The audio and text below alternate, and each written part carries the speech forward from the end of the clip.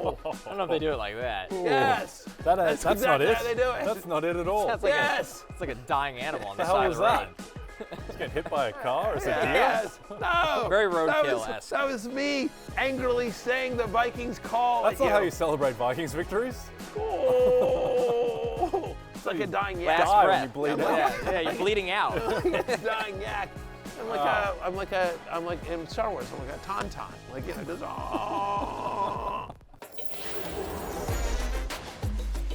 Thank you. Fantasy Football Happy Hour with Matthew Berry, served by Applebee's. Welcome to the Fantasy Football Happy Hour. I'm Connor Rogers, a very, very happy Matthew Berry. The first time in show history, he was the first one at the desk before the show. Unbelievable. And Jay Croucher. And you know why? From death to life. Life. Hail the Commanders, hail victory.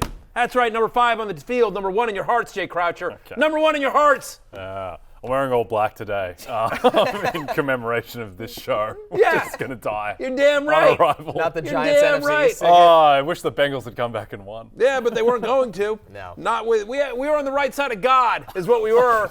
That's living right. Not history. Definitely not history. It just goes to show you when you get rid of Dan Snyder what can happen for your team. I'll warn you, viewers. I will say to you at home, anyone listening, anyone watching on the NFL on NBC YouTube channel or on Peacock, what I said on the pre-show call to Jay, Connor, producer Pete, producer Damian, and of course our show Reacher Big Show, and Adam as well, Adam Wise, which is I apologize. If you thought I was obnoxious before, the next hour is going to be unbelievable. Just today? Just today. Well, it might be at least until the Commanders' next game. Okay, fair enough. As well. But yeah, we can get into whatever it is you want. But yes, there'll be some Commanders talk. We're just going to get through this one. Just going to get through the 58 minutes, get to the other side. The timer really helps us. Where's your Giants bet to win the NFC East? Did the odds change? Well, I didn't realize that Week 2 Giants-Commanders was going to decide the division, and now we're in the back seat. That's a good point. Exactly right. Juggernaut Commanders. Juggernaut Commanders. Well, we'll talk about that. Yeah. Hell of a game for the Commanders. And because of that, Yeah. 16-1 the hard way. That's what we're doing. long-suffering Commanders fans drink free today. And boy, do they deserve it. Let me just say that. Let me say that. Damn right we do. Even you, Matthew Berry. Even you. For the first time, for the first time since I would argue RG3's rookie year, Commanders fans, Washington Pro Football Team fans have hope. We have actual, legitimate hope. We have a quarterback. We have a quarterback. And Connor, you will know this better than anyone. He's Australian, but you know this. My goodness. You know this, Connor. In the NFL, you got to have a quarterback. Gotta have a quarterback. And I think you have a head coach, by the way. I think we have a head coach. I really like Dan Quinn. And going for it on 4th down. Yes. But here's the other thing I'll say. They played a great game, and we're going to get into it. I promise we'll get into it. The last thing I'll just say here, just to your point about Dan Quinn. No penalties, no turnovers. And some of that is coaching. A lot of that is coaching. Right. That is disciplined. That is disciplined. Penalties is a little bit skewed, because of, refs. Luckily, the refs kept the flags in last night. We didn't see the ref show last night. We've seen a lot of NFL games this year as well.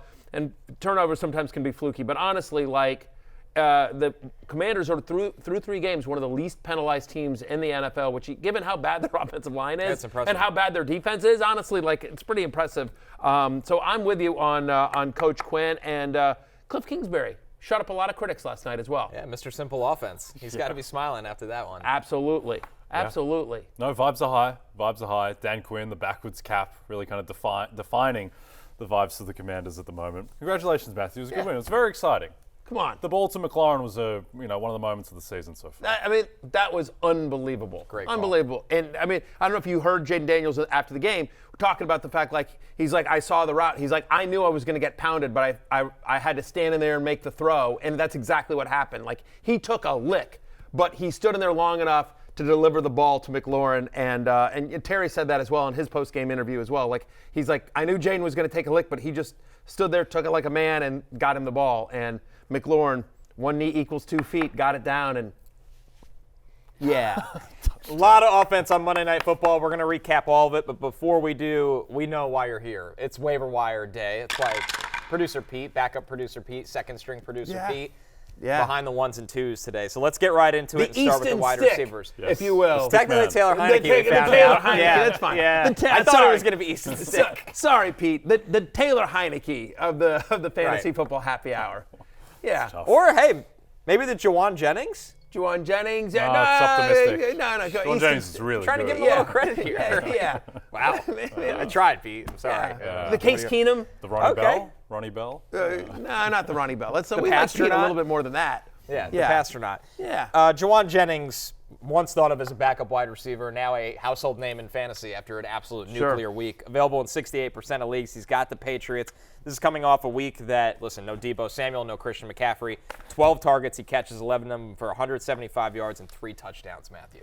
And by the way, this is something that we look, I'm not sitting here trying to claim that we thought 175 and 3 touchdowns, but we talked about him last week. We talked about him on this show last week. We talked about him on Fantasy Football pregame as well. That this is somebody that when he has gotten a shot has produced, like he produced in the Super Bowl last year. He is somebody that they like in San Francisco. It was one of the reasons why we were on draft day, Connor. We were surprised that they took Ricky Pearsall because we're like, they like Jauan Jennings, we think Jauan Jennings has some talent here. He's obviously getting an opportunity with Deebo Samuel out. 40% target share last week. He leads all players in the NFL with 13.1 yards per target. They're home to the Patriots in a game they must win. They're 1-2, and so I don't think you're going to see 46.5 fantasy points, but Jauan Jennings should not be 68% available in leagues. He's the number one pickup this week, I think, because as long as Deebo Samuel is out, he's going to have value. Kittle out as well.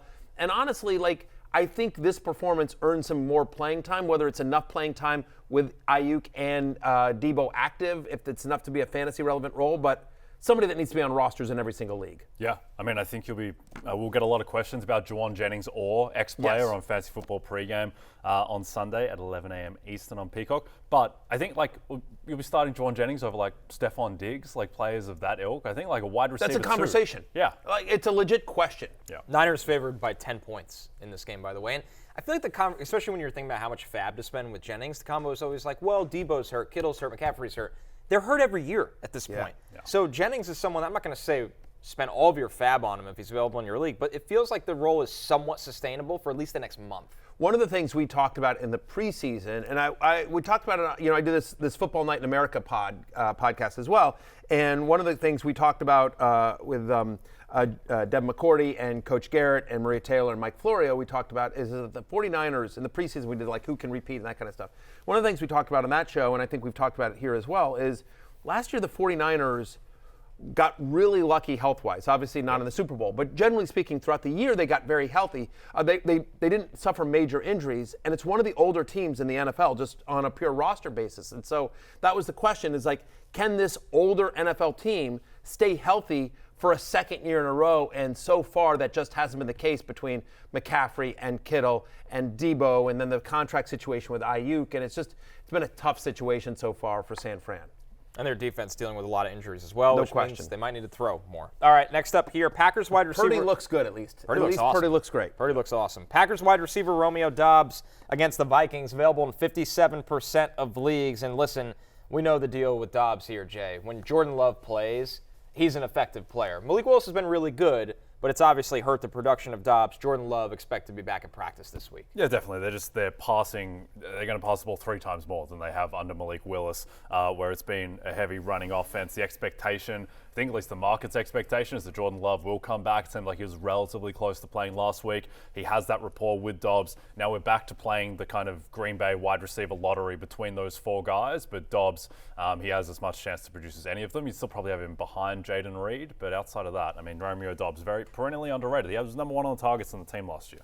Yeah, by the way, and in the one game that Jordan Love played this year, he had a 22% target share. Obviously, very small sample size, but to your point, he's also a guy that gets a lot of looks in the end zone and in the red zone. 6th most end zone targets last year. He was tied for 6th. So Romeo Doubs is somebody that Jordan Love looks for when they get in close as well. He's out there in 57% of leagues. They play the Vikings at home in a really That's a fun game this week. That's that's suddenly a very interesting game. How about Darnell Mooney, Matthew, with the Falcons right now? A guy that has a high target share with Kirk Cousins. He's coming off a week where he had 8 targets, caught all 8 of them for 66 yards against the Chiefs. He's got the Saints this week. Playing 99% of the snaps. He's got a 99% route participation this year. He's got a 29% target share over the last 2 weeks, to your point, Connor. He's had at least 14 fantasy points in each of those games. Tough game against the Saints, but my expectation would be is that if Lattimore plays in this game, he'll be on Drake London. Right. So you would think Darnell Mooney and Ray McLeod will get more looks in a game in which the Falcons are going to have to pass. This game is in Atlanta as well, so it'll be in the Dome. And Mooney is somebody that we have seen have success in the NFL. It was in Chicago, and then the offense just kind of went sideways, and just he was hurt a little bit. But in a new system where, again, he's not built to be a number 1 wide receiver, and unfortunately, he sort of became that in Chicago because they didn't have anyone else. But talented kid, and obviously has found a connection with Kirk Cousins. Yeah, I think the big question coming into the season, who's going to be the second guy in the passing game behind Drake London? Bijan Robinson obviously factors in there as a receiving weapon too, but seems like it's going to be Darnell Mooney. The stats for the first 3 games are really skewed by that weird first game where Ray McLeod was a huge thing. It was doubling Drake London's targets. I think that's the outlier. Darnell Mooney is the second guy in this offense for now, even above Kyle Pitts. Yeah, and by the way, I agree with you. They really like Ray McLeod. He's playing a ton of snaps as well. I think in deeper leagues, Ray McLeod's kind of a consideration, but you have to give credit Kyle Pitts because he's a tight end. But yes, if you're looking at pure stats, the idea that Darnell Mooney has a better fantasy season just stats-wise, if you take position out of it, than Kyle Pitts is not crazy at all. I think it's likely. I would agree. Yeah, I mean, it's just like, which is sort of insane to think about, given that, Going well for Kyle Pitts. I mean, they drafted him like, what was it, 8th overall? Yeah. What was his pick? Even earlier. Was it? To be fair, it looks a lot different. It was Pitts who got mugged in the end zone against Kansas City. So it looks a bit different if he has multiple touchdowns on the season, but he doesn't seem to be as hugely involved as perhaps we hoped. Yeah. All right, our next one here, guys. Allen Lazard against the Broncos, available in 70% of leagues. Matthew, you made a really interesting point on the last one. You said Drake London could see Marshawn Lattimore. In this game, we know Garrett Wilson will see Patrick Surtain, probably the best corner in all of football. Maybe that helps Lazard's target share in this one. You know what, Connor? I'm a generous man. I'm a giving guy. And it just doesn't feel right for me to talk up Allen Lazard. I feel like this is something nothing I love more. To do. Yes. Nothing I love more than talking about Allen Lazard. I mean, he's getting a lot of red zone looks right now. The thing that I will continue to be nervous about with buying into Lazard is Mike Williams is getting better week after week after week. And those red zone targets are at least going to be split towards Lazard and Mike Williams going forward. So this might be the last week. I think you could play him in your flex if you're desperate, but I would say the Mike Williams time is coming, and it's coming very soon. I go the other way. If I'm the Broncos, I put Surtain on Lazard. Can't let Allen Lazard beat you these days. You take your chances. Just out of embarrassment? If you get beat by Garrett Wilson, what are you going to do? He's great, but you can't get beat by Allen Lazard. People get fired if you get It's happened quite a bit this year. Yeah, absolutely. Look, Rodgers has the connection with him. I agree. Mike Williams looking better, and he will start coming down with those 50-50 balls in the end zone, the one that he dropped in that game against the Patriots. But, if Williams or Wilson ever misses time, I think Allen Lazard becomes a serious thing. He's got an 87% route participation this year. To your point, I mean, he's been out there. Again, part of that is because Mike Williams just isn't up to speed health-wise. But he looks fine, though. He looked dreadful last year, and he looks completely adequate this year. And the truth of the matter is that we can make all the Allen Lazard jokes we want, and believe me, we will. This is a guy who was a $40 million healthy scratch last year. But I will say this. But I will say no, and also I will say this. $44 million. Yeah. Okay. Sorry. I didn't want to. Sorry. Sorry. I Don't didn't mean to cheat you out of $4 million. Sorry, that's a lot of money. Mr. Lazard and Allen Lazard's agent. But what I will say, Connor, is that I think you could make a very strong argument that the offense coordinator for the New York Jets is Aaron Rodgers. And then, absolutely, I mean, right? I don't have to argue. I'll tell you. He's the head coach. He's the head coach of the team. Yeah, I mean, was the GM a year ago. Yeah, exactly. And he's also the owner of the Bears. But my point is that if Aaron Rodgers wants Allen Lazard on the field, he's going to be on the field. And so far, that's what's happened. Like, even if Mike Williams is the better player, even if he's healthier, if Aaron Rodgers says, I need Allen Lazard because Allen Lazard's like my best friend, and Allen Lazard knows that when I'm at the line of scrimmage and I just do this, he knows to run a go route or whatever. Yeah. You know what I mean? The mental connection is very real between them. We've seen it all 3 games. He's DeAndre Jordan on the Nets. Like, that's why KD and Ewan get that reference back. You're getting back up to speed on NBA now. It's back on NBC. Yeah. But it's a friend thing. But look, if you're Aaron Rodgers and you're coming off this injury, you're in a new team, new environment, like he clearly has a level of comfort with Alan Lazard. And Rodgers is one of those guys especially that loves to check out of plays, loves to read the defense, and he's big on like subtle hand signals. Look at the touchdown. It's just a quick throw, beat the guy in front of you and score. And to credit Lazard, he almost didn't catch the ball, but once he did, he beat the guy in front of him. 1,000%. So anyway, it all worked out. Alan Lazard is available in 70% of Yahoo leagues, and we think he's viable this week. Jets a touchdown favorite against the Broncos as it stands right now. Our next wide receiver here, Quentin Johnston against the Chiefs, 55% available. QJ. Another touchdown. The only lingering question is right now, will Justin Herbert play in this game? That's the problem. I'm probably more bullish on QJ's outlook for the rest of the season as opposed to just this week. Right now, the Chargers are 8.5-point dogs at home against Kansas City, which gives you an indication of, one, question marks over Justin Herbert's availability. X-rays were negative. Team is going to monitor him through the week. But then even if he does play, you suspect that he is going to be pretty limited. But Quentin Johnston, I think, pretty clearly is now the highest upside player in this passing game. And by the way, in negative game script, I actually don't mind Quentin Johnston this week as well. He's available in 55% of Yahoo leagues. I don't mind him this week, and I certainly like him for the rest of the season. We talked about him a couple of weeks. This was your desperation play from 2 weeks ago when he had the 2 touchdowns, Jay. Great call by you. 20% target share so far in the season, 77% catch rate, significantly up from last year where he really struggled with that. And Taylor Heineke has some flaws to his game, but one of the things that Taylor Heineke does have is effort. QJ's down there somewhere. Right. Like he will, especially in a game which they're probably going to be dominated by the Chiefs and they're going to be down a negative game script and having to throw. Like Taylor Heineke's the kind of guy that will take some deep shots to Quentin Johnston, and junk time still counts. You know what I mean? Yep. Like, take it from me, lost because of stupid Travis Etienne last night. I don't know why he's in the game. You're down 40 with 2 minutes to go. But of course, no, go ahead. Screw me there. The fact of the matter is that we'll get there. But Quentin Johnston, and certainly he's the number one wide receiver on what should be, at worst, a middle-of-the-pack offense. Yep. I get that it's more run-heavy, but, like, the Chargers are going to be good this year.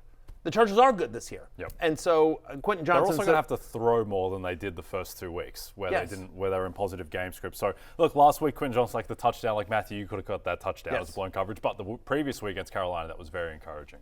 How about some deeper league targets, guys, as we look at Jalen Nailor, available in 89% of leagues against Green Bay. Michael Wilson, who catches passes from ride or die Kyler Murray. He's got the Commanders secondary, so that's an interesting one to keep an eye on. Jalen Tolbert of the Cowboys. That's a Thursday night football game. So if you're interested in adding Tolbert, keep in mind that you'll have to have him ready to play Thursday if you want to take that risk against the Giants. And Tutu Atwell, who did have 5 targets and caught 4 of them for 93 yards. He's got the Bears. He's available in almost every league right now. Cooper Kupp's already been ruled out for week 4. Yeah, I mean, I'm still holding a torch for Jordan Whittington there, but Atwell, leads the team in receptions and yards over the past 2 weeks. That's Atwell. I really like Jalen Nailor, and this was your desperation call from Sunday. Jay, another great call from you. He scored in all 3 games, and when Jordan Addison has been out, 98% route participation.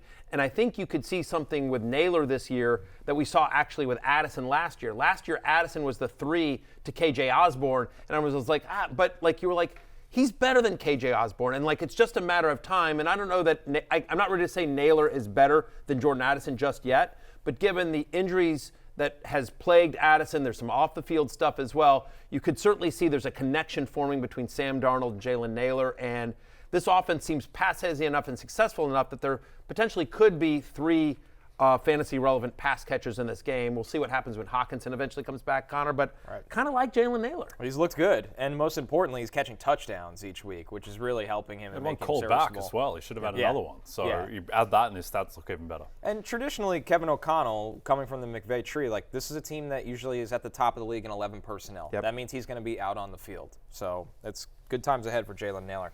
To recap Matthew's Week 4 top wide receiver waiver targets, of course, number 1 is Jauan Jennings. Number 2, Romeo Doubs. Keep an eye if Jordan Love is back. Like Jay said, he's expected to be back. We'll see.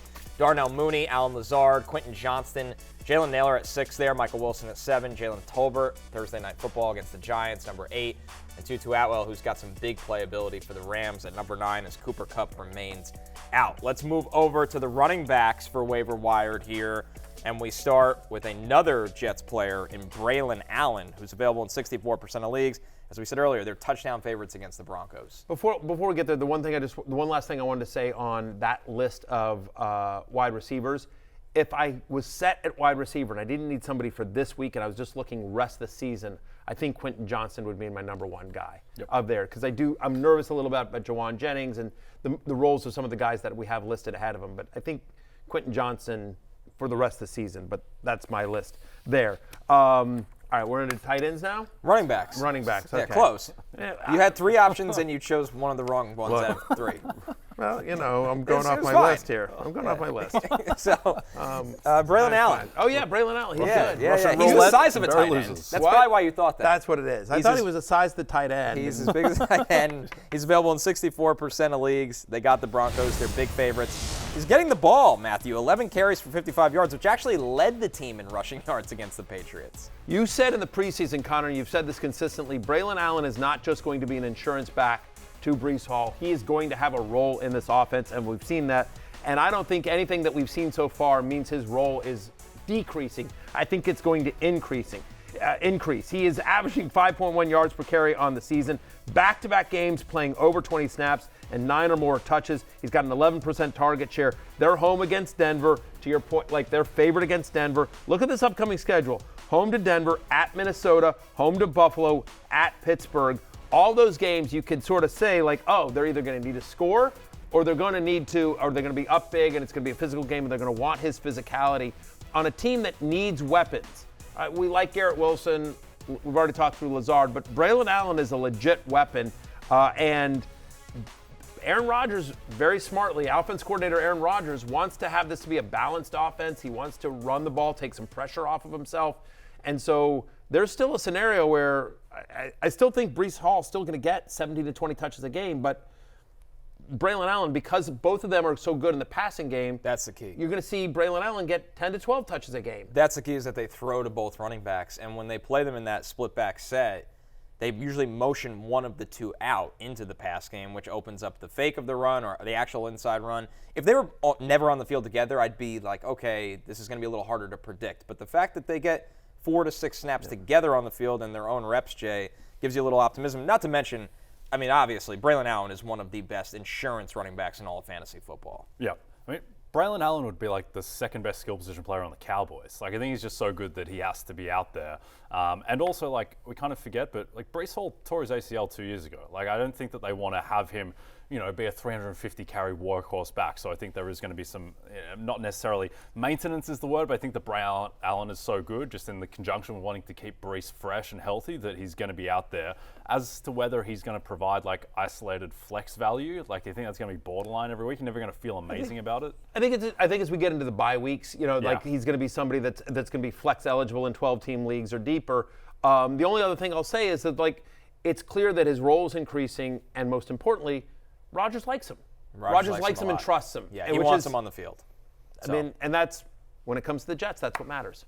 Our next one here, Rico Dowdle on Thursday Night Football against the Giants. Matthew, we saw this backfield skew officially towards Rico Dowdle away from Ezekiel Elliott. Yeah, and I'm not they also lost, right? And they have negative game script, and so I think they feel better about Dowdle in the passing game. So I'm not ready to sit here and declare, absolutely, this is Rico Dowdle's backfield, because, Ezekiel Elliott's going to be one of the least efficient running backs in the NFL, but he's not going fully away. Having said that, I think this week certainly Dowdle will be ranked higher than Ezekiel Elliott for the season. He leads the Cowboys backfield in snaps. He leads it in touches. He leads it in targets. He's now had back-to-back games with a double-digit target share, and only 2 teams in the NFL allow a higher yards per carry to opposing running backs than Jay's New York Football Giants. So Dowdle in a game on a short week, you'll probably see both these guys, but Dowdle's out there, and I think there's an opportunity potentially for him to overtake this backfield even more and more. Yep. Tough matchup going up against the New York Football Giants, one of the best teams in football, at least one of the 28, 29 best teams in football, kind of on that list. But look, I think this is just all about upside. What is the realistic best case scenario for Ezekiel Elliott this year? Not that high. For Rico Dowdle, there's a chance that he becomes the clear number 1 running back for the Dallas Cowboys, who still, in theory, at some point should have a good offense. They're going to figure it out. Yeah. So this might be This might be the get right. They might not, but history would tell you that this group is good enough to figure it out. This is a bit of an older reference, but the best case scenario for Ezekiel Elliott is poor man's Jerome Bettis, that he gets 10 touches a game, but one of them falls into the end zone every game. Right. He's going to have like 3.2 yards per carry. Right. 40 yards and a touchdown every week, kind of thing. Like that's the best case scenario, is that he's some version of that. Yep. Late era Brandon Jacobs. Yeah, Mike Allstott back in the day. Okay, one of the golden players, right?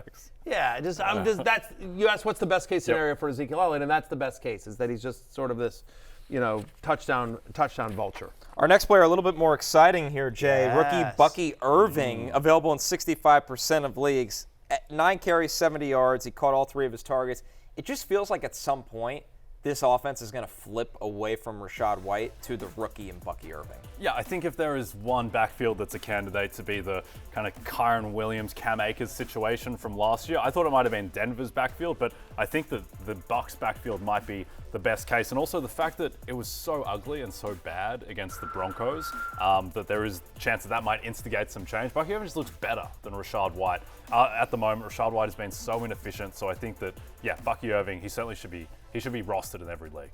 I 2 first names, always a crowd pleaser, on the preseason love list as well. Like Rachaad White on the preseason hate list. And the reasons were because Rachaad White got there last year on 2 things: massive volume and target share, right? He was just on the field a ton, and they used him in the passing game as well. And so he had a big role last year fantasy-wise. But so far, Bucky Irving has led you saw it there on the screen. Bucky Irving is playing 34% of the snaps of the running backs. Rachaad White is playing, the rest of them. And yet, Bucky Irving in all 3 games so far has led the Buccaneers in rushing. He's averaging 6.2 yards per carry. Rachaad White is averaging 2.1. He looks so much better. The eye test is just insane. Yeah, exactly. It's at some point, and it's not like I think Rachaad White was a day 3 pick, right? Maybe day 2? Third to 4th round. I mean, he wasn't taken in the top 50. Right, exactly. And so I guess my point is that there's not all this suddenly draft capital into Rachaad White where you suddenly feel like, well, we've got to let him figure it out. Like, they really like Bucky Irving. He continued to increase his role in the preseason. It's one of the reasons why, he was a trendy sleeper for us and others as well. At some point, the Buccaneers just have to look at the tape and be like, this dude's better. He gives us a better chance. And I don't think Rachaad White goes entirely away, but especially if you're thinking about long term, Bucky Irving is sort of on the, like Braelon Allen is sort of on the cusp of flex usability in a 12-team or deeper league. But long term, I'd rather have Bucky Irving than Rachaad White, because I just think that's inevitable. Our next one here, Samaje Perine against the Chargers, available in 65% of leagues. 6 carries, 25 yards, 4 targets. He caught 3 of them for 15 yards. And we said this, Matthew, the pass game upside for Perine just feels much higher than anyone else on this roster at the moment. 100%. So, listen, there's a chance that Kareem Hunt gets activated this week, or if not this week, the next week. And we think that Kareem Hunt is more of a threat to Carson Steele's role, the early down stuff, the goal line stuff, than he is necessarily to Perine. Hunt, last couple of years, hasn't been really used in the passing game or been that effective. Now, it's worth noting that on the Sunday Night Football telecast, Mike Rico, our colleague here at NBC Sports, I'm a company man, said that Clyde Edwards-Helaire could potentially return in Week 5, and so that makes a crowded and complicated backfield even more crowded and complicated. I've never been the biggest CEH fan, but there's certainly a chance that Andy Reid likes CEH more than Samaje Perine. That wouldn't shock me. Yeah, I think if you're trying to decide which one of these 4 guys to go for, the answer is just whoever's the cheapest, because we don't really know how this is going to shake out. There are chances where any of these guys could become the guy, but you can't have confidence in any of them at the moment. But he played, to the point about Perine, he played on 64% of the third downs in the game against the Falcons as well. He was tied for 3rd on the team in terms of target share, had an 11% target share, not a ton, but tied for 3rd. They wanted to run the ball. And so again, given that this is going to likely be a pass-first offense the rest of the way, he's the passing down back for the Chiefs. None of it's ideal, but again, there's at least a floor there with Perine. If you're looking for someone that is available, Roschon Johnson, 98% available, Jay, and it feels like the Bears had that moment of, we paid DeAndre Swift a lot of money, but we're going to start getting other guys involved. 8 carries, 5 targets, And Roschon Johnson, once upon a time, not that long ago, a pretty good running back prospect that could play all 3 downs. Yep, and I think a key thing here is that Travis Homer, the football player, not Matthew Berry in a Commander's jersey. Travis Homer has been placed on IR, which opens up just more opportunity for Roschon Johnson. And the key here is like the running game's just a disaster at the moment. DeAndre Swift's averaging 1.8 yards per carry. In disaster situations, they just create variance, and there is a chance that there has to be some change, and Roschon Johnson can fill that void. Yeah, I mean, as bad as Rashad White is at 2.1, DeAndre Swift is 1.8 and making football a lot over more, the head. Yeah, football like less than that. Like me with a 3-inch football in my head, falling forward, earns more yards per carry than DeAndre Swift, and his 1.8 as well. Roschon Johnson led the Bears. Roschon Johnson, now again, it was negative game script, but still, he led the Bears backfield in rush attempts and target share in week 3. And so, again, something has to change there in Chicago. Roschon Johnson is at least some variance. Another messy backfield, the Raiders. Alexander Mattison available in 69% of leagues. He's got the Browns. 3 carries for 7 yards, 3 targets. I did catch all 3 of them for 37 yards, Matthew. This is desperation territory, but somebody's got to get the ball in this backfield. Obviously, Antonio Pierce, when he's saying, like, we got to make some business decisions, like his way of indicating, like, change is coming to this team. Like, Pick it up. Yeah. He was not happy with the performance that the Raiders had against the Carolina Panthers. I don't blame him. And so I don't know who those things are, but certainly Alexander Mattison doesn't seem like he was one of the guys that, phoned it in. So, Every coach's favorite player. Alexander Mattison. I don't get it either. But the fact of the matter is if you're down this far, he's a guy that has now scored in back-to-back games. Let's recap Matthew's Week 4 top running back waiver targets. Braelon Allen, number 1. Rico Dowdle, Bucky Irving, Samaje Perine, Roschon Johnson, Alexander Mattison. Matthew, who is the stash player on this list? Is it Bucky Irving right now? For me, it's Braelon Allen. If you're just like playing for long-term, Braelon Allen, Bucky Irving, and Roschon, I guess. Although you could certainly see Rico Dowdle as well have some, season-long value as well. But to me, the biggest upside long-term are Braelon Allen and Bucky Irving. Let's move over to the quarterbacks. Sorry, Matthew, you got to wait one more for tight ends. Oh, man. I know you're just itching to talk tight ends. Geno Smith has got the Lions. He's available in 57% of leagues. Jay, Geno's looked great this year, and we talked about this a couple days ago. Even the interceptions are just bad luck throws or drops. Yep, they haven't been his fault. He's got 3 of them so far. I'm not sure any of them were on him. I think Geno so far has had the biggest gap between how good his real-life football production is and just the statistical production fantasy-wise. Like, Geno, just in terms of how he's playing, has been a top 8 quarterback this year in this Ryan Grubb offense. Also, the fact that the Bears look so bad, that has to bode well for Geno, given that he's gotten out of the Shane Waldron experience, it seems like. So I think Geno, this team is throwing the ball a ton, which really helps. Like, Geno was, I believe, 2 years ago, a top 6 fantasy quarterback. Like, I don't think that's outside the range of outcomes this year. Seahawks top 12 in pass rate so far this season, to your point about Ryan Grubb and the offense and what he's brought to Seattle. They play Detroit this week. This is their first real test. Seahawks are 3-0. They're going to play the Lions. This is a tough matchup. The game's in Detroit, but worth noting that teams that face the Lions this year are averaging the 9th most pass attempts per game. Remember last year against the Lions, Geno, 328 yards, 2 touchdowns, had 23.1 fantasy points, had a huge game in this game last year. So Geno's probably going to make the love list this week, and certainly needs to be available in less than the 57% of leagues that he currently is. Sam Darnold, a huge divisional game on tap against the Packers at Green Bay, is available in 70% of leagues. I mean, Matthew, he's thrown multiple touchdown passes in every game this season so far and has never looked better. On the season, he's the 2nd best quarterback in fantasy on a points per game basis. He should not be available. He shouldn't be available in 1 quarterback leagues. He shouldn't be available in 2 quarterback leagues. He just shouldn't be available. And he's out there in 70% of leagues. I think my point is if you took the name off of the back of his jersey, if you didn't have all this history around Sam Darnold, you said, like, look, QBX for the Vikings is putting up these kind of numbers. He leads the NFL in touchdown passes. You'd be like, oh, yeah, I should pick that guy up. But I think because his last name is Sam Darnold and we're used to seeing, the ghosts and all the jokes and people are just not buying it. But the MRI came through clean. He's expected to start this week, so no concerns there. They're on the road at Green Bay, then home to the Jets, and then they've got a bye. So the schedule is a little bit tough, but honestly, he's one of these guys. The other thing I'll just say here very quickly about Sam Darnold is, like, I don't need Sam Darnold because I've got Jayden Daniels or whatever your quarterback is. You feel good about your quarterback, but you may have a hole somewhere else. And so if you had, I think Sam Darnold is a legitimate top 12 starting quarterback the rest of the way. So if I'm like decimated at running back or wide receiver, pick up Sam Darnold and then trade your bigger name guy. You know, I'm going to trade Jordan Love. I'm going to trade Anthony Richardson. I'm going to trade Dak Prescott. I'm going to trade even Patrick Mahomes, Josh Allen, whatever, Jalen Hurts. Trade somebody of real value to help yourself at other positions because you now have Sam Darnold that can fill in at the quarterback position. I believe in him in this system. They're only going to get better when they get Addison and Hawkinson back. Jay, how about the return of the Red Rifle? What if I told you he's the Red Rocket? Yeah. He's the only quarterback The this Red Rooster? season. All kinds of names. Yeah. I don't know. That's all we got. Yeah. I'll let you stew on a couple. Red more. Rock? It's kind of lazy. It is. The Red Drop Robin? 2 letters off of Red Rocket. What about how about the Red Light?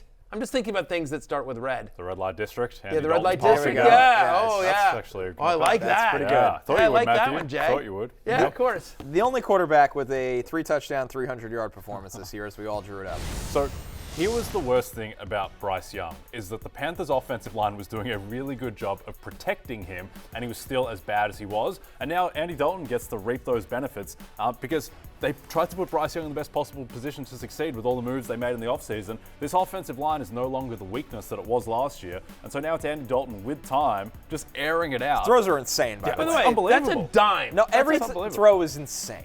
Yeah.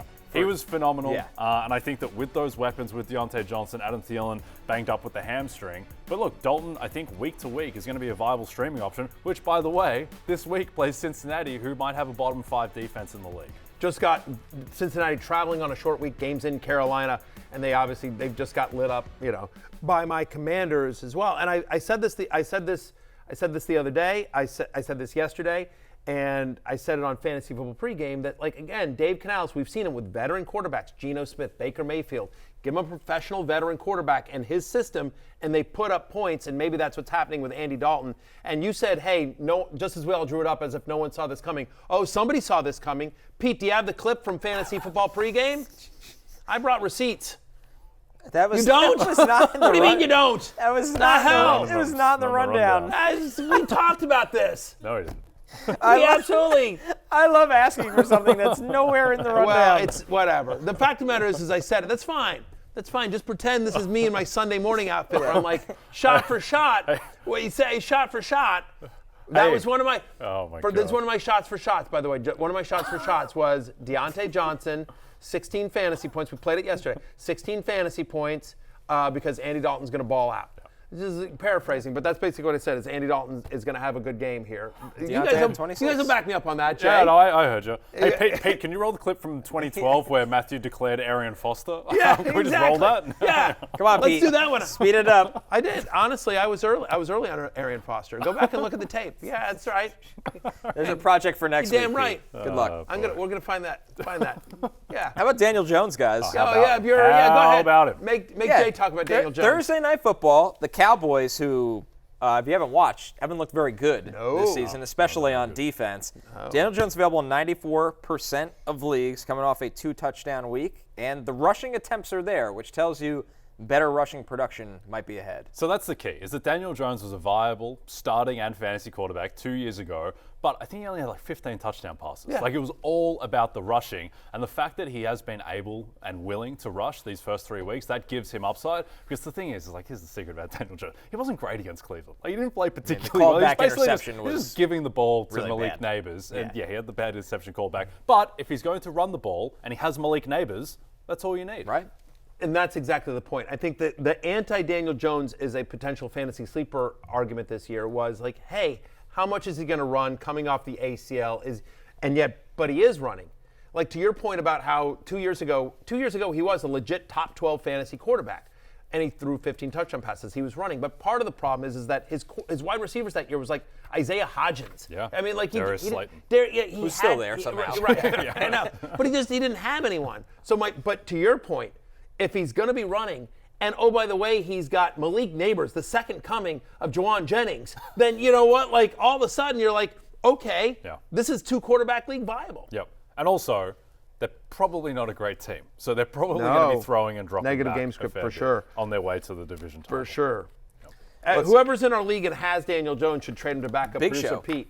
Big Show is riding the Daniel Jones wave to success Big Show, reach out to backup producer Pete. Offer for his best player. You could probably get his first-round pick. Exactly. For Daniel Jones. If anyone needs quarterbacks, I've hoarded them. Yeah, I know. Beautifully. That's why I've been benching Darnold and Mayfield every week because I have Fields and Burrow. That's why I'm putting bids in on Taylor Heineke and Jacoby Brissett. I know. Terrible league. Awful settings. Run. I get it. It's run really poorly. There's not one redeeming quality about this league, besides the fact that I get to play fantasy football with all my friends. Yeah, there you go. Whoever your best player is. And Jay. That's why it's the League of Assholes. Yeah. All right, Matthew, the time has come. Waiver wire tight ends. You've been about time. Yep, that's right. Two of them. Time. Listen. I've been dying to talk about Cole Kmet. Jokes aside, there are probably a lot of people watching the show specifically for this segment because Sam Laporta is day-to-day with an ankle sprain. Trey McBride is in concussion protocol. Yep. Mark Andrews is nowhere near the field these days. Mark Andrews had 0 fantasy points. Mark Andrews, I own GuillotineLeagues.com or Fantasy Life does. No player has caused more teams to get cut this year than Mark Andrews. He's a friend of the show, and we like Mark Andrews, but he's been brutal. He's been awful. 33%, like his target share, his route participation, his snaps all going down. I don't know if he's hurt. Yes. I don't know if he's having an affair with John Harbaugh's wife. I don't know what's going on. I have no idea what is wrong. I'll take the under 0.5. Yeah, I don't think that's happening, but there's something wrong there. I don't know what's going on, but for whatever reason, Mark Andrews can't find his way to the field. I don't know what it is. It's ridiculous comment. Let's move on. But it does make you wonder what's going on. I have no idea, by the way. That's happening pure speculation. I want to be clear about that. That's pure speculation. I thought that was source reporting. I am not reporting any of that. There's not analytics back. I'm just trying to figure out why Mark Andrews can't sniff a target. Hey, he had like a severe injury last year, and he's older, and I just wonder if it's a combination of maybe he's just gotten old, and because he's not out there. Like 33% of the snaps is insane for Mark Andrews. So it's ridiculous. Has to be something. So if you need one, he's a team killer, is what he is. Cole Kmet's available in 59% of leagues. He had a monster week. 10 catches, 97 yards, and a touchdown for Cole Kmet. He's got the Rams on tap. I guess the question is, Matthew, I don't want to call this sustainable because this isn't sustainable for any tight end, but do you need Keenan Allen out for Cole Kmet to be effective? I don't know, and more importantly, I don't think the Bears know. That whole offense looks discombobulated to me. I don't think they know what they're doing. Clunky at best. But I will say that it does feel like somebody got to Shane Waldron and said, I get that you love Gerald Everett the way a father loves a child, but the fact of the matter is that we paid billions of dollars to Cole Kmet, and also objectively to everyone in the world that isn't Shane Waldron, he's better. He's better, significantly better. And we got to help out our rookie quarterback. So you know what? Can we just Cole Kmet it out there? Anyway, each of the last 2 weeks he's finished as a top 10 tight end in total points. His snap rate, his route participation has increased every single week. And so we know Cole Kmet has talent, and we know they're trying to find some answers in Chicago. So I don't know that you feel great about any tight end in fantasy that isn't named Brock Bowers these days, but at least there's some signs of life for Cole Kmet. If you can't get Kmet and you're desperate, Tyler Conklin available in 86% of leagues. Once again, the Jets are a touchdown favorite against the Broncos. My take on Conklin, Jay, is that Rodgers running more or scrambling more is what makes Conklin effective. We saw him be the beneficiary of those scramble plays and drifting with him, and he had his best game of his career, 5 catches, 93 yards. Yep. To me, best throw of the season, Rodgers on Thursday Night Football, down the middle, that just whipped past like Tyler second Conklin. and 17. Yeah, it was like peak Aaron Rodgers. So I think that he has that established rapport. And if teams are going to continue to just overcompensate with taking away Garrett Wilson, then guys like Conklin are going to continue to feast. He's got a 90% route participation this season. You want to caution against this week's Hunter Henry has a big game and then doesn't do anything. But still, Broncos to the point, pass he's out defense there. is good. Yes, but he's out right. there. He's out there. All right, if you need a defense on the field, not in your fantasy league. Here's he's a out there on the field. couple waiver targets. If you're looking to stream a defense, the Dolphins defense has Will Levis, we'll say it like that, 53% available. The Raiders against the Browns, a.k.a. against Deshaun Watson, 57% available. And the Titans defense on the reverse have whoever the hell Miami can play at quarterback. Tim Boyle. Might be Tim Boyle. It's probably going to be Tim Boyle. Unless Huntley can be ready in time. I like the Titans the most of all those teams. Who do you like the most? The Titans defense, by the way, they have talent on defense. My man Devondre Sweat and Jeffrey Simmons in the interior, they've gone up against some tough opposing offenses. I know they didn't do much against Malik Willis, but still, I think that Titans defense has a lot of talent. I think they can generate turnovers, get sacks. They have a number one corner that can maybe limit Tyreek. That's one of the Monday Night Football games next week is Miami, Tennessee. Are we up for another doubleheader? Back-to-back doubleheaders. Another doubleheader next week. Just watch Devontae Sweat go to work. Yeah, 400 pounds of bringing the beef in the middle of the field. All right, some droppable players. Obviously, you need this if you're going to add one of the guys we talked about today. Dalton Schultz, nowhere to be found in this Texans offense. Ezekiel Elliott being kind of phased out slowly by Rico Dowdle and just not a good run game right now. Trevor Lawrence, we're going to talk about Trevor Lawrence in just a moment. Gus Edwards, Matthew Stafford, and of course Tua, who's going to miss at least some time here. Yeah. Edwards is at the moment just only like insurance back for J.K. Dobbins. Yep. All right, before we take our first break, guys, let's take a look at the League of Assholes standings, which I'm reluctant to show. I'm not really thrilled. I'm not thrilled by the results. By the way, slap them like a grape. Wow. I know. This is so upsetting. Slap them like a grape is second. Live at noon, the cock. My team, third place. I'm 5 points back. And look at Stupid Dev. Revenge tour. Revenge tour for Stupid Dev, who went 0 wide receiver. We're not kidding. Like he took every good running back, and it's paying extreme dividends right now. He's laughing at all of us. Stupid Dev, Smart Dev. Next week, huge showdown between Live at Noon and the Cock and Slap Them Like a Grape. Juggernaut. Me and you, Bills Jay. Chiefs. Yes. Sunday Night Football. It really is. You got to respect Denny in 6th place, despite being by far the lowest scoring team in the league. Yeah, the He's analytics. The analytics found a way. Yeah. Moneyball Denny. Except I beat the analytics last night. I beat it like a grape. Yeah. Like a drum. Yeah. Dominate this NFL season Like a Bengal. with the Fantasy Life Plus subscription. Get weekly rankings, start-sit advice, DFS analysis, and betting tools. Use promo code SEASON20 for 20% off. Go to fantasylife.com/rotoworld to learn more. When we return, Matthew puts his Homer hat on. We got a trade analyzer at fantasylife.com. Monday Night Football recap next. With the second overall pick in the NFL draft, the Washington Commanders take Jayden Daniels. Not his name. Not his name. Future Hall of Famer Jayden Daniels, now a member of my Washington Commanders. Super Bowl, here we come. Does his plaque go alongside future Hall of Famer Sam Howell? It does. Okay. It does. Although I've heard rumors Howell may now go in as a Seahawk. As a Seahawk. It doesn't matter. Yeah, still Jayden be there. Daniels is a future Hall of Famer. I'm on board. So sure, maybe he took too many sacks in college and he's not particularly big, and as you said, maybe only an average arm. Whatever. That was from draft night. Yeah. Future Hall of Famer Jayden Daniels, good start to his career. Great week. QB3 finish, Matthew, 28.1 fantasy points. What was so exciting here, I mean, there's a million things, right? Like, we finally have hope. We have a quarterback. Not since RG3's rookie year do you feel like, as a Commander fan, you finally have hope. But fantasy-wise as well, like, you know what I mean? Like, he 91% completion rate. Like, the argument against Jayden Daniels was like, well, it's all dink and dunk stuff, and eventually they're going to have to stop running him because of his frame, and he's going to get hurt. Well, he was chucking it deep. Like, all the stuff that everyone's talking about with Anthony Richardson, Jayden Daniels actually did last night. He's running and he's throwing it deep as well. For the season, he's the second best quarterback in fantasy football. He's had double-digit rush attempts in every game this season. They're not scared to use him at the goal line. You saw the RPO where he kept it instead of Robinson, and he gets into the end zone as well. He's a top 5 fantasy quarterback going forward. Hail the Commanders, hail victory. This is awesome. This is awesome. Yep. No, it was very exciting. I think the knock on Daniels outside of the potential physical toll that he'll take was that he doesn't use the middle of the field. Well, if he's thinking dunk and deep balls and he's the best runner in the league, then he doesn't need the middle of the field to be an elite fantasy option. On the other side of this big night By the way, and he found Zach Ertz and Luke McCaffrey, converted some fourth downs as well. That was a huge win. Huge win for the franchise. Huge win for Jayden Daniels. Like, you know, again. Hail victory. Hail victory. Hail the Commanders. Hail hope. Yeah. Absolutely. The night we've been waiting for from Jamar Chase, almost 30 fantasy points. And Matthew, a really nice call on your Monday Night Football prop on Jamar Chase getting in the end zone. I will allude to again. Jamar Chase, boat races, my Commanders.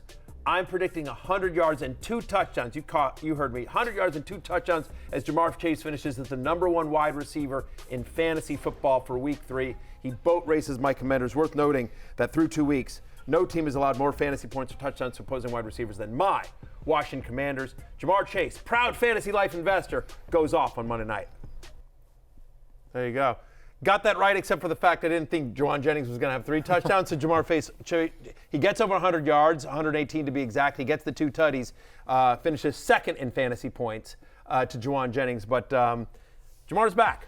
I think there's a pretty decent chance Ja'Marr Chase ends the season as the #1 receiver in fantasy just because his defense is atrocious, and I think they're going to be throwing the ball a ton. Which is one of the reasons why you're excited about Joe Burrow. T. Higgins back. Nice to see him get 6 targets in his first game back as well. 90% snap rate. He's going to be just fine as a wide receiver, too.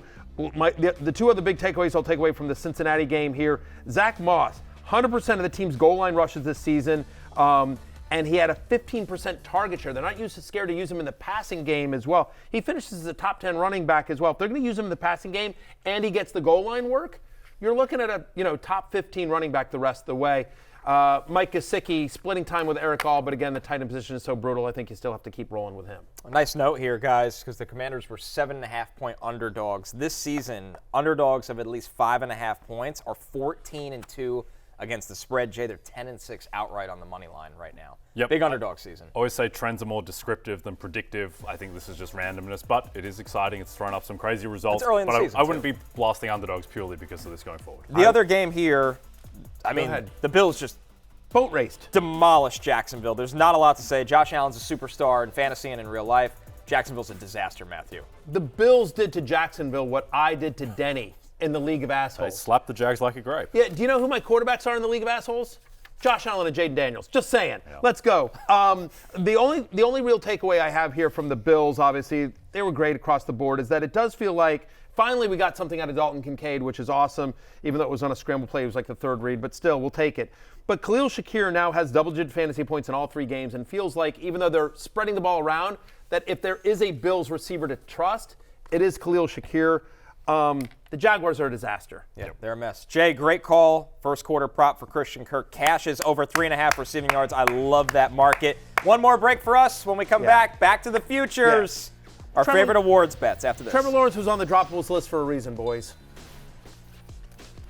DraftKings Sportsbook is the #1 place to bet touchdowns, and new customers can bet $5 and get $200 in bonus bets instantly. Download the app and use promo code Barry when you sign up. DraftKings Sportsbook, the crown is yours. It's time for last call. We go back to the futures every single Tuesday here. Jay, what do you got in the crystal ball? Damar Hamlin, comeback player of the year. We're coming back with this one, running it back 10-1. You can't quit it. No, this time he does it. He died on the field. Now he's come back full-time starter on the best team in football. This year he wins, Matthew. They're not going to deny him a second time. He got an interception last night. Certainly a great story. Also, by the way, how about Dan Quinn? As long as I'm being a homer, Dan Quinn is plus 1,200 to be coach of the year, but the Commanders are just plus 225 to make the playoffs. That doesn't make sense. Agreed. If a 4-win team goes into the playoffs, Dan Quinn's coach of the year. This is your last chance to make money off Malik Neighbors, who's going to win Offensive Rookie of the Year. It's plus 250. I gave it out when it was plus 1,800. I'd ask Pete to roll the tape, but he doesn't have it.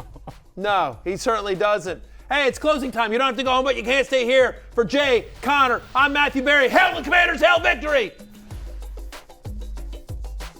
Hey, it's Matthew Berry from NBCSports.com and RotoWorld.com, and I want to thank you so much for watching whatever it is you just watched, or if nothing else, being too lazy to click out of the autoplay after this video started, after whatever it is you actually wanted to watch finished. But now that you're here, I'd like to take a moment here to ask you respectfully now, okay? I'm asking you respectfully to subscribe to the NFL on NBC YouTube channel.